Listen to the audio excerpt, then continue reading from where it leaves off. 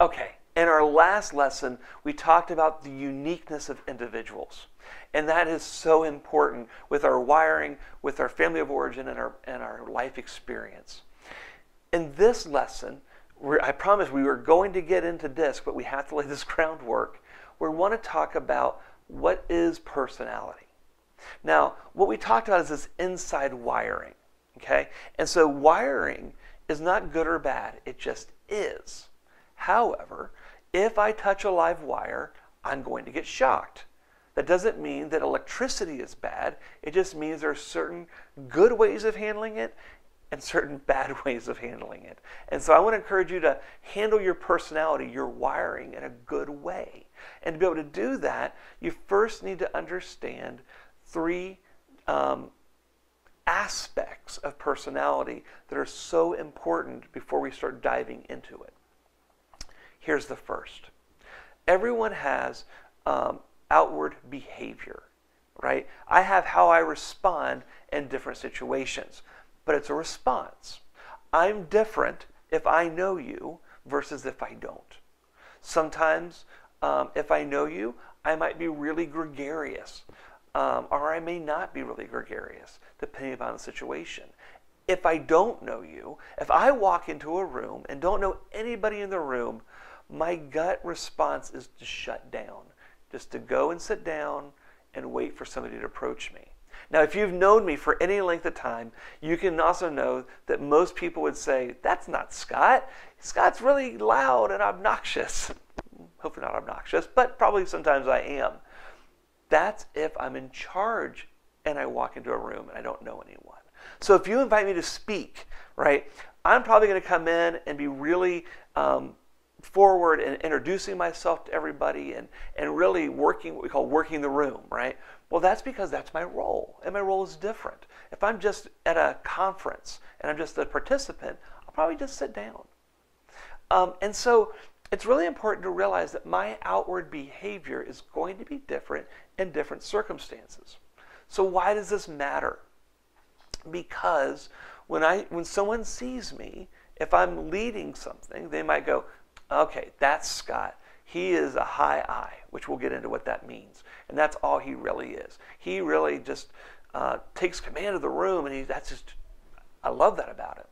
Well, he could be talking to somebody, or she could be talking to somebody that met me at a conference, is like, the Scott Doust I met really was quiet. He didn't really have a lot to say until I really started talking to him. And it's almost like, or kind of balding guy, middle age, because it's like, wait, I thought that's the same guy. I'm going to respond differently. I'm going to have different outward behaviors. And so what you see is going to influence you. And reality is, whether we like it or not, you're going to make a judgment about me. And that judgment is going to be about who I am and whether you want to get to know me better.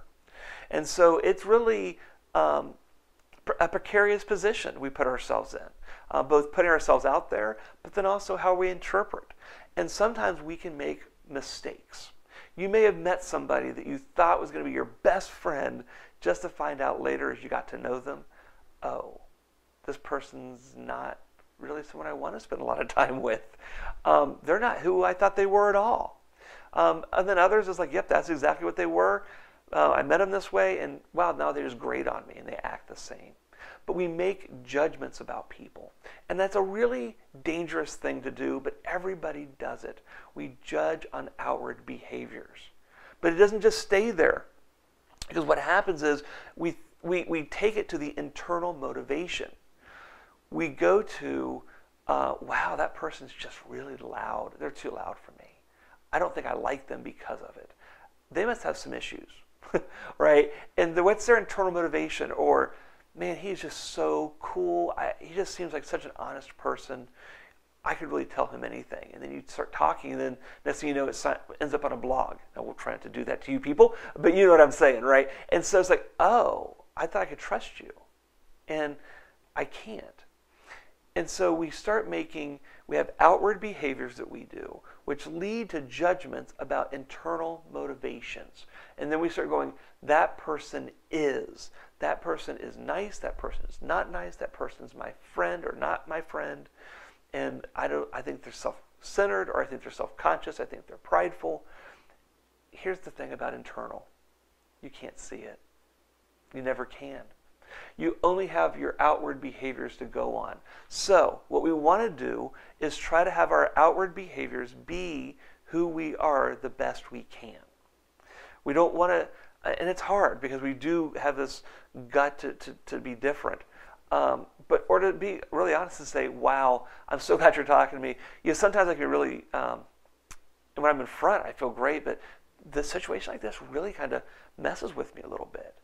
And that's transparency, and that's actually what we call a little bit higher on the levels of communication, and that would probably be a level 3, a judgment or an opinion. Here's my opinion about situations like this. And it opens up the lines of communication, but it lets people know also, I'm not always like this, so you kind of caught me at a weird time. So realizing that people have make judgments about outward behaviors, and the judgments then become what they think a person is on the inside, is really important as we get into personality. Because you're going to find that most people are not in a quadrant. We go through the different quadrants, and we may have 2, 3, sometimes even 4 quadrants that are what we call above our midline, things that we do on a more regular basis. And that's okay. So as we talk about it, we're going to start with stereotypes because it's easier to start there. But you are not a stereotype. You're unique, and that's good. So I look forward to getting actually into the first parts of our DISC and our next session, and we look forward to getting feedback from you as well. If you have any questions or comments, feel free to email us at coaching@thefamilygreenhouse.com. That's coaching@thefamilygreenhouse.com. We would love to interact with you.